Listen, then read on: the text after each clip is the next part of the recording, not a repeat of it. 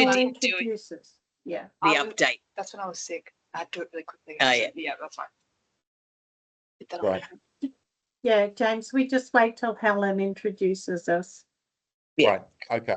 Okay. All right. I think we'll let everybody in now.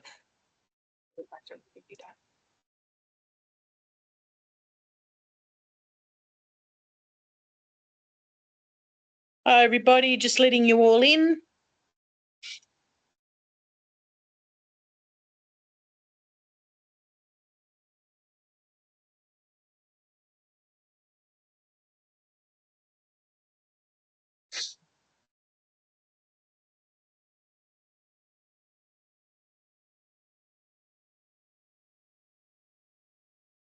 Thanks, Carla, for being on time.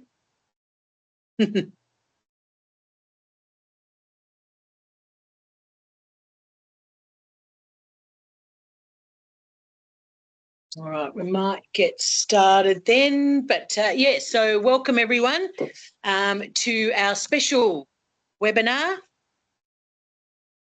which is hosted by the NDS, the National Disability Services. Today, it's all about Let's Talk Disability. So very, very interesting and exciting topic to really help your businesses sort of achieve and understand disability awareness. And from this Lunch and Learn today, we're going to point you in the right direction for an NDS workshop, which is coming up in July. But I'll let the team from the NDS talk about that. We're about to hear from Mary Lou McPherson and James Harkness, both facilitators of the NDS. So without further ado, over to you, Mary Lou. Thanks, Helen. I'll just share my screen.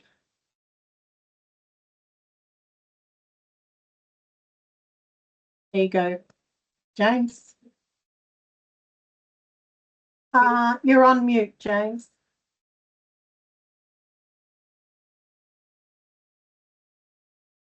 Sorry about it. Is that all right? Yep, you're good. You can hear me? Yeah. Thank you for the introduction. Good to be here. Thanks for coming along. And I just, before we begin or get into the substantive content, want to do a welcome and an acknowledgement of country. So we'd like to acknowledge the peoples whose land on which we meet today. We pay respect to their elders, culture and identity, which is bound up with the land, sea, waterways and sky for generations. We also welcome any First Nations people who are present. So my name is James. I have 3 invisible disabilities. I've got lived experience of 3 disabilities which can't be seen. They're invisible. I am a presenter with Let's Talk Disability. I do that work. I'm also on several lived experience advisory groups, one with Victoria Legal Aid, anyway, you don't need to know that, but just a couple of lived experience advisory groups. And I've got a strong passion for film. I love going to the cinema, and I've made a few short films, and I've spoken on a panel at the Melbourne International Film Festival, and I love all that sort of thing. And I'll pass over to Mary Lou, who will introduce herself. Thanks, James. Hi, my name's Mary Lou McPherson. I've spent most of my career in the disability sector, including the last 8 years with National Disability Services. I manage a team of presenters and facilitators with lived experience of disability, and together we co-design workshops like the Let's Talk Disability workshop that we're going to be talking more about today. And I'm really pleased to be here. James and I are here to give you some more details about the workshop and what it can bring to your business and the benefits for your staff, and of course to answer any questions. We're hoping today that today's Lunch and Learn. We're happy for people to ask us questions. You can pop them in the chat or come off mute. Don't feel like you're going to break our presentation at all. If you have a question, we'd love to hear from you. All right.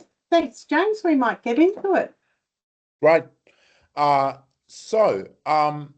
first thing to talk about is what is disability?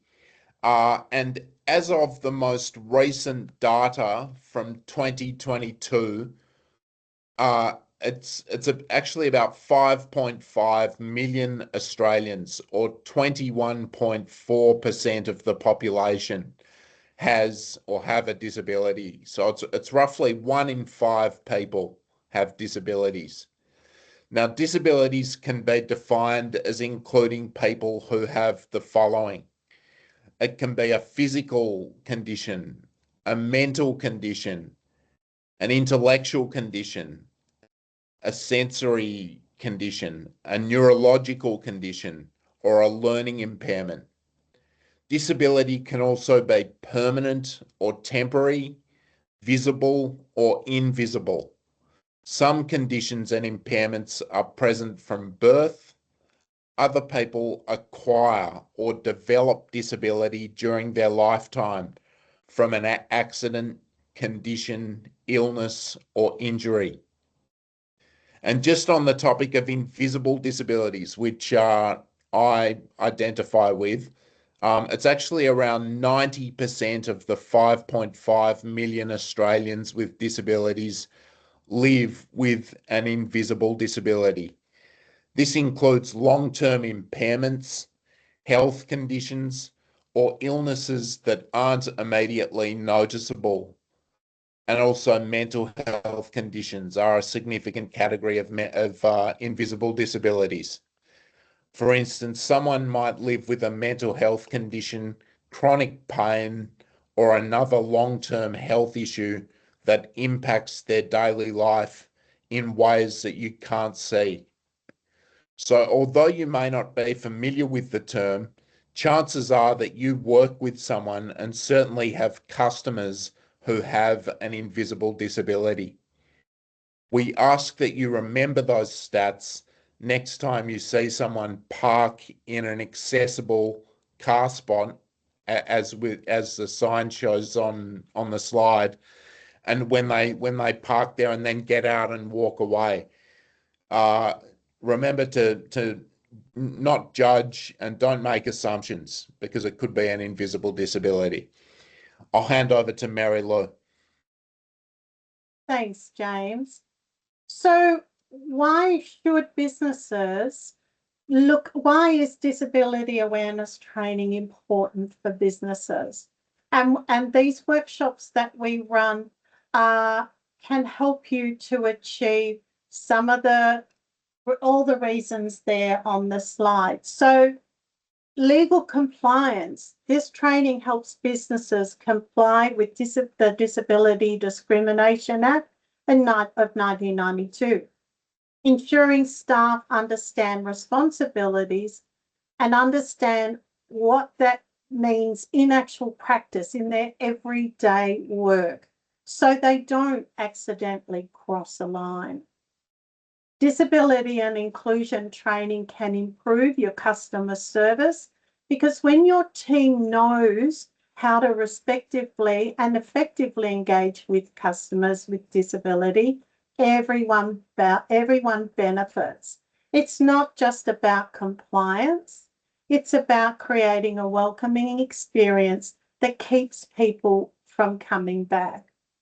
And we know from the work we do and the feedback that we get from the workshops, the improvement in people's confidence in how to work with or provide a service to people with disability is one of the big outcomes of these workshops. We know that people want to do the right thing, but they're just not sure how. This training can give your staff the tools to communicate appropriately and to use inclusive language with confidence. An inclusive business and a disability-aware business can help your reputation and your market reach. Inclusive businesses are seen as forward-thinking and socially responsible, and that reputation can attract a wider customer base and build stronger community trust, which is, of course, great for brand loyalty. Disability awareness, you can also reduce your risk management. Our training can help prevent complaints, legal issues, and reputational damage, because when your team understands accessibility standards and inclusive practices, you're less likely to run into trouble. And also, disability awareness can help your team build empathy and create a culture within your business where everyone feels respected and valued. When people feel seen and supported, they bring their best self to work, which is good for everyone. Right. And I thought what we'll move on now we're going to break down or debunk some myths and misconceptions about people with disability. So the first thing to say is that despite growing awareness, many outdated beliefs still exist about how people with disability engage with everyday life. These myths can unintentionally lead to exclusion, not just socially, but economically too. So we're just wanting to set the record straight on a few things. The first misconception I want to mention is that people with disability do not go out shopping or they don't dine out. That is false. Many people with disability are active consumers who shop, eat out, and enjoy social activities when venues are accessible and welcoming. That's the key thing. Mary Lou.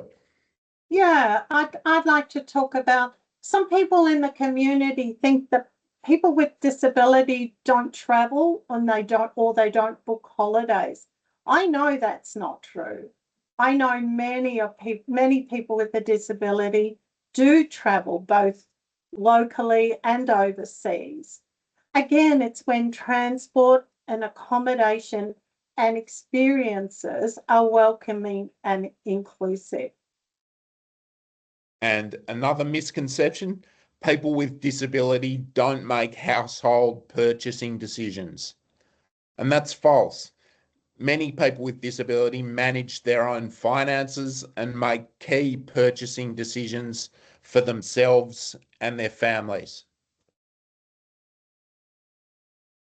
And I guess for me too, I find that some people think that people with disability aren't interested in being part of the community and going to local community events or concerts or festivals, which I know is not right, because I know of many people who are deeply involved in community life. And that's you too, James. You're involved in community activities and what's going on, film festivals. Absolutely. Yeah. Yeah. People are attending these events, they're volunteering, they're playing sport, and also participating in the arts. Yeah, that's for sure. That's me. And the next misconception, so people with disability don't use technology or social media. Again, that is very false. Most people with disability are active online using smartphones, apps, and assistive technology to connect, work, and engage with the world. And I know that one's true because I am always asking for solutions to my tech problem from my team, and they are way ahead of me with their knowledge on how these things work. The other myth I think out there in the community is that people with a disability are not in the workforce, that they're not earning an income, and therefore don't have that that extra cash to spend. But statistics show many people with a disability are employed, they run businesses, and if they're not, they're actively seeking work. And I think, James, that goes back to that 90% of people with a disability, 90% of people with the disability have an invisible disability. So there are a lot of people coming into businesses, coming in, seeking assistance, looking at retail options that do have a disability, and there's no, and businesses need to have the skills to manage those situations should they occur. That's right. Absolutely. So, James, before we go, should we ask yes, people if they have any misconceptions that they would like to ask us? great idea. Yes, Yeah. yes, yes. So feel free to come off mute or turn your camera on if you've got a question that you would like to ask us around maybe something that you would like to James and I to clarify for you, something that maybe you've thought for a long time and thought, maybe I don't know if this is right or this is wrong. Yeah.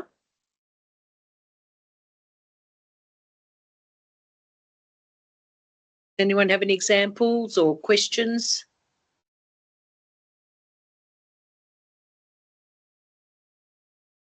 No, everyone's quiet. Everyone's We're moving. quiet.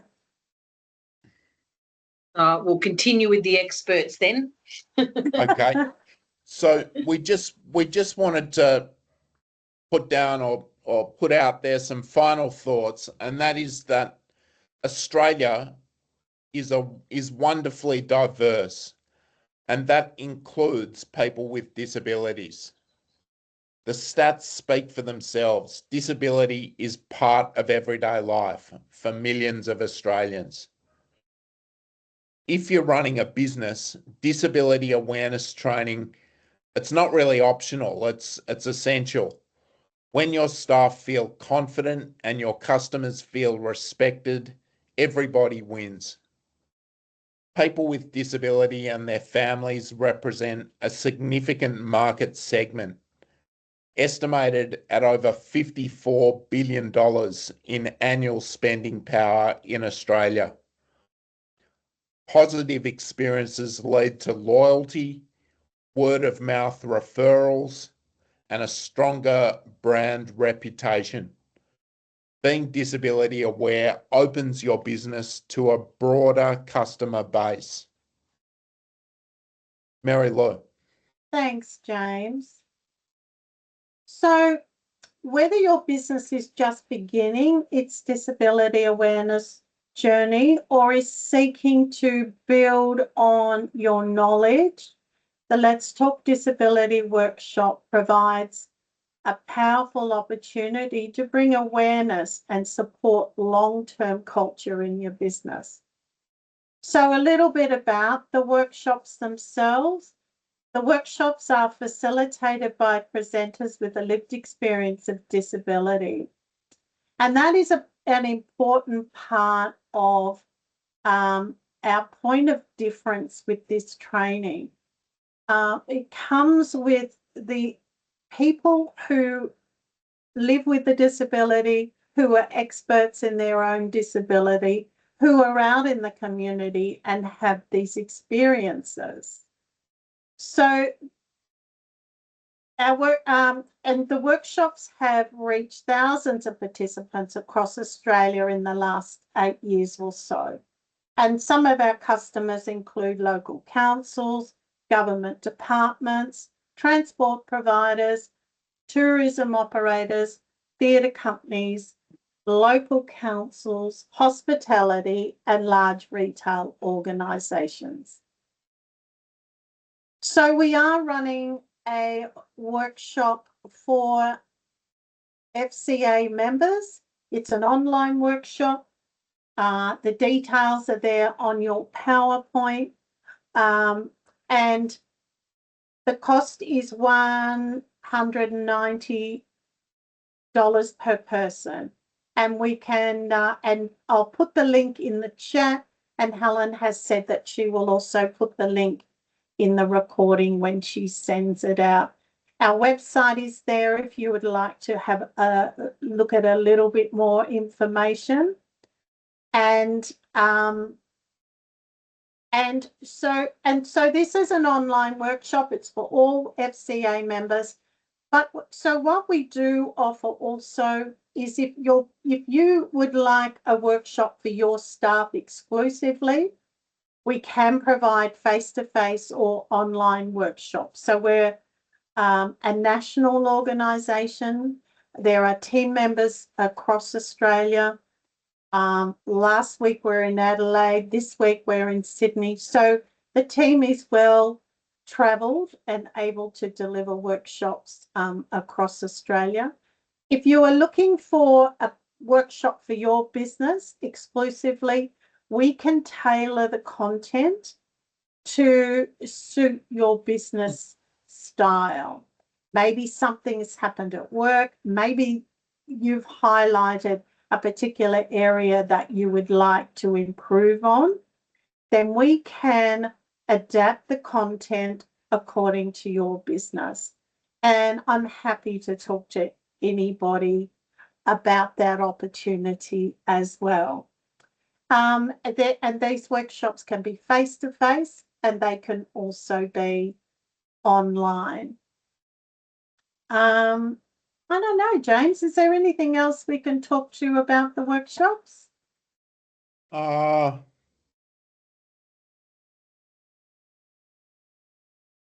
think that covers it. I think that's it. Yeah. Yeah.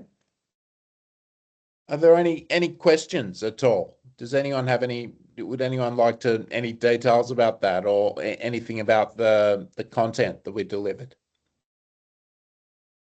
You can come off mute or put it in the chat. I have a question. How many people would attend like an online workshop? So the online workshops for businesses themselves, we have a limit of 35. So the workshops are run according to, we fit in with businesses' schedules. They can run after hours if they prefer, but most businesses run them during the day. So 35 for online and 25 for face-to-face. The content in the online is exactly the same as the face-to-face, but of course with the face-to-face you get a little bit more interaction. If people have perhaps staff that is a bit higher than 25, I'm happy to have that conversation around how we could accommodate extra numbers as well. Thanks, Alan. All right. And whereabouts, like when you say face-to-face, do you go to the head office or, wherever the company is situated? Yep, we travel to wherever the venue. So the organisation would need to provide a venue, and then we would deliver the workshop there. Our needs are very small, aren't they, James? We're pretty we have laptop, we have PowerPoint, and we appreciate a cup of tea or coffee, but not always. And then, yeah, we will be there.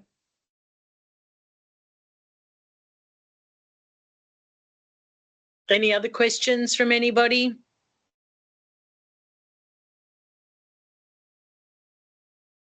We all got a bit of Monday-itis. I know it is a little bit. I do have a question. This is Yeah, thanks so much for the information. I'm just interested to understand if you could give us, I guess, an example of, maybe if we think in a retail or hospitality business, what would be, I guess, some of the challenges and, maybe an example of the some suggestions or solutions that would be provided to a business of that format. Yeah. Sorry, I missed your name. What was your name? Sorry, I don't think I introduced myself. My name's Carla from Franchise Ready. Hi, Carla. So for us, from our experience, and James, come into this whenever you like. It is Yes. generally it's around staff confidence, around serving with or working with someone with a disability. So what the workshop provides is we provide some scenarios and likely situations that may occur and how that can be managed. So from my experience, James, I won't talk for you, but from my experience, disability awareness is overworked and it's over complicated.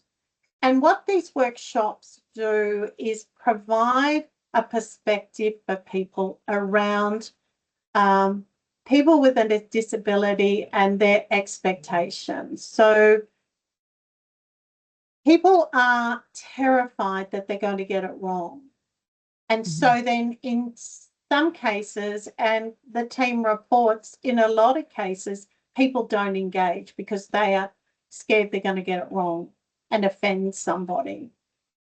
Now, the team say quite openly, we'd much rather you ask or much rather you give it a go and make a mistake than to not engage with us and not and just simply ignore us. So we have a help pack that and when we introduce the help pack, people are like, that's it. It's not complicated. It's asking somebody if they would need help with respect, with kindness. And if I get this wrong, I apologize. And most people with a disability will respect that as well. Is that kind of something you were looking for? Yeah, I was just interested to understand, what sort of, common challenges would come up in that. I just think back to my time working, years ago in retail and some of the, experiences I had with, the diversity of different customers and we never had any formal training in it. I guess a lot of it was just off instinct or so it's really great to hear that you're running these programs. I think it's really valuable. Yeah, and look, there's also some etiquette around people who perhaps use a wheelchair to access their community. There's some of the questions are around, so if I'm talking to somebody in a wheelchair, should I be standing or sitting? What should I be doing here? Can I say something? Sorry, Yeah, sorry, go. Mary Lou, you go. No. Sorry. Do you want to finish? Sorry to cut you off. No, you're good. You're good. I was just going to say, it's Carla, is that right? Yes, Who that's asked the right. question? Yeah, Yes. Carla, obviously there are variables involved depending on what the business is and whether another variable is whether the person with a disability is an employee or a customer, so there, and also what type of disability is involved, or what type of disability the customer or the employee has.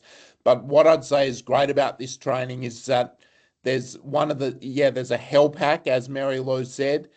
There's also a great acronym which there isn't time to go through in detail now, but it's called ALARI, and it stands for it's an acronym, and it boils down some of the essential attitudes and behaviours which can sort of be applied across the board with disability. And it just if you take away those with knowledge of that acronym, that will give you more confidence in terms of, regardless of the situation or the, what you're dealing with. Yeah. Fabulous. Thank you. Yeah. Thanks, Mary. Thanks, James. No No worries. worries. Yep, good question. What about accessibility? Can you give us a couple of, sort of key things that a business should think about for accessibility? Do you want to take this one, James, or should I? Do you mind, Mary Lou? Is that all right? No, that's fine. Yes. So we do so accessibility is talked about in the workshop, and what we talk about is that it's not just about ramps, that accessibility is across the board. So when we think about, we do mostly think about door widths, ramps, rails, that sort of thing, but accessibility is across everything. It's accessible website. It's an accessible floor plan. It's an accessible being able to scan the menus. It's about being able to. It's more an attitude. It's more a mindset about making your business accessible, and we'd like people to move away a little bit from it's all about the physical accessible side, but it's also about attitudes, and it's also about the language that people use. Yeah, that's the really big take-home message in the workshop. It's around broadening out your thinking around accessibility, that it's actually more inclusive than that. James? It's a mindset, it's not just about getting up the stairs, Yeah. Yeah.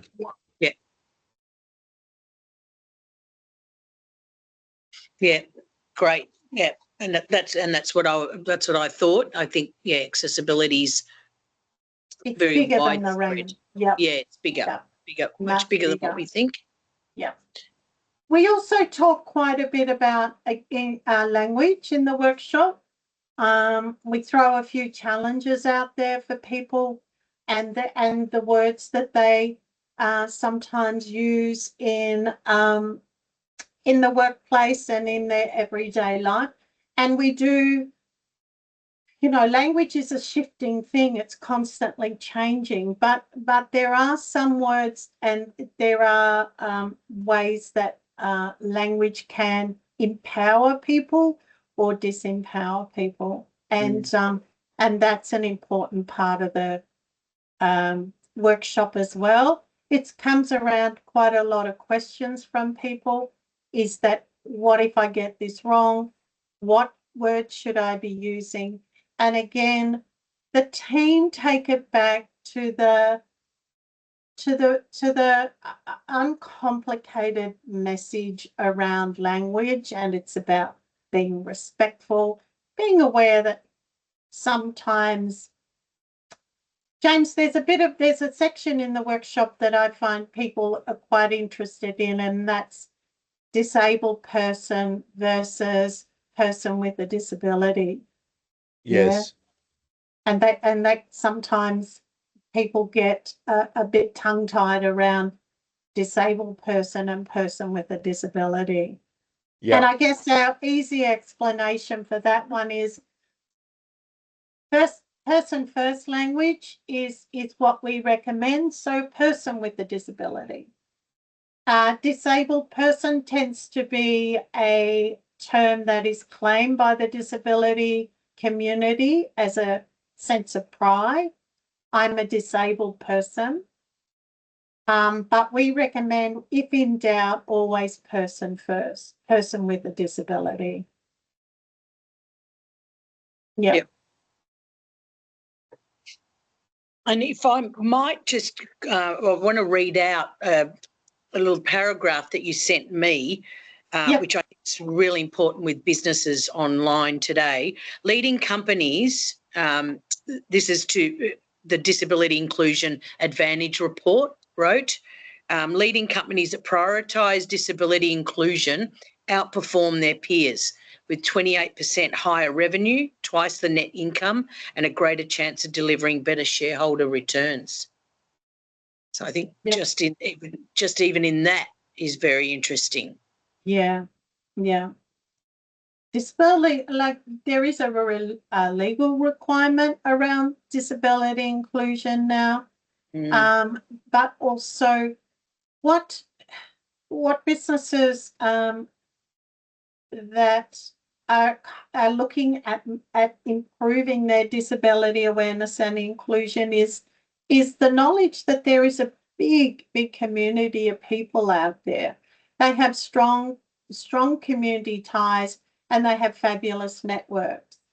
And if a business is a disability aware business, and if they offer good accessibility and are welcoming, that underground is it moves pretty quickly and pretty smoothly. Just like news travels, good news does too. Good news does too, yep.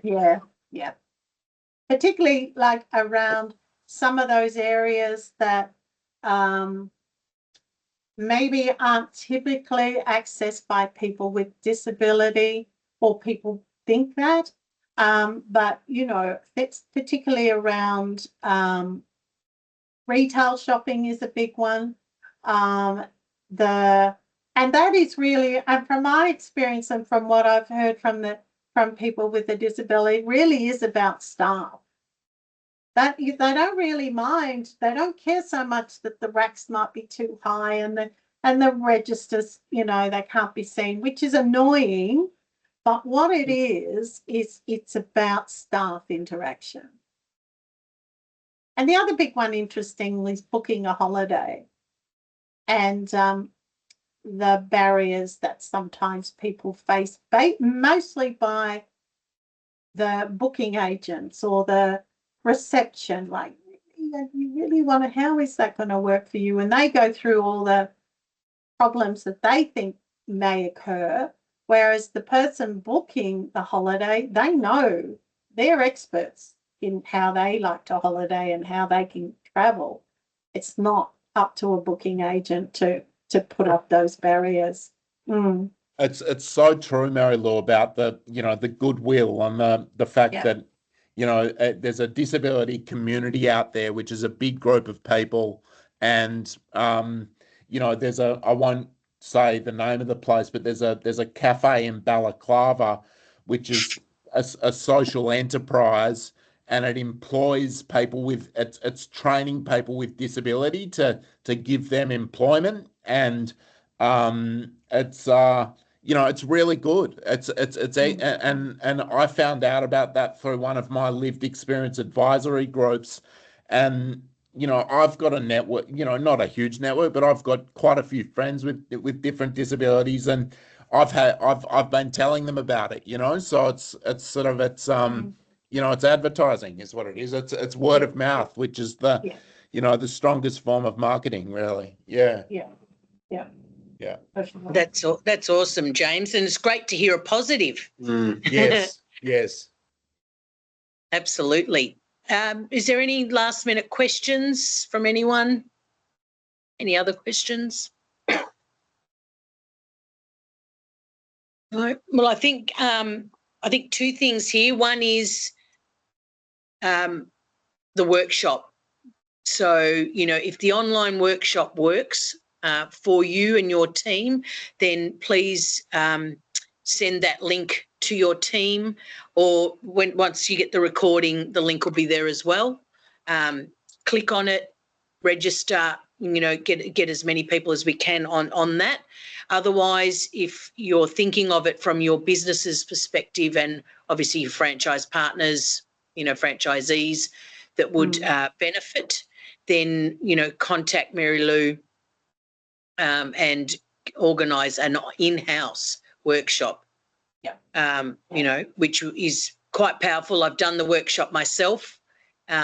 Very interesting. I learnt so much, even in the, that listening, even with, there is examples of, if the world was built with tall people compared to world being built with people in wheelchairs, what it would look like. Just really simple stuff like that. And I think that's a big takeout, the simplicity of it. And being able to be inclusive. And I just want to say thank you so much to Mary Lou and James today for taking time out to give us all an insight into disability awareness and the wonderful work that the NDS is doing. Thanks, Helen. Thank you. Thank you both. And our next Lunch and Learn is July. And our team at Afterpay are hosting. And so they're going to be talking about insights into spending. So we're going to have MasterCard on, credit card spending, or just spending full stop. So thank you everyone for joining. Great to see everyone on, and see you in 2 weeks. Oh, by the way, we just hit 500 attendees to the Franchise Industry Awards next week. So if you haven't got your tickets, you really are going to miss out on a fantastic evening. So next Wednesday, 25th at the Fullerton in Sydney. See you all there. Thank you. Thank you.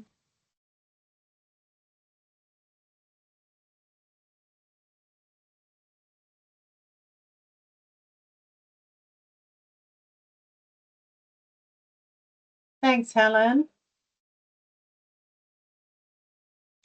Oh, thank you very much, Mary Lou and James. I think we had 22 participants. Oh, that's pretty good. Yeah. Is that like what's your normal number, like that? Yeah, between 22 and 30, 40. Yeah. Okay, depends on the But there's- topic.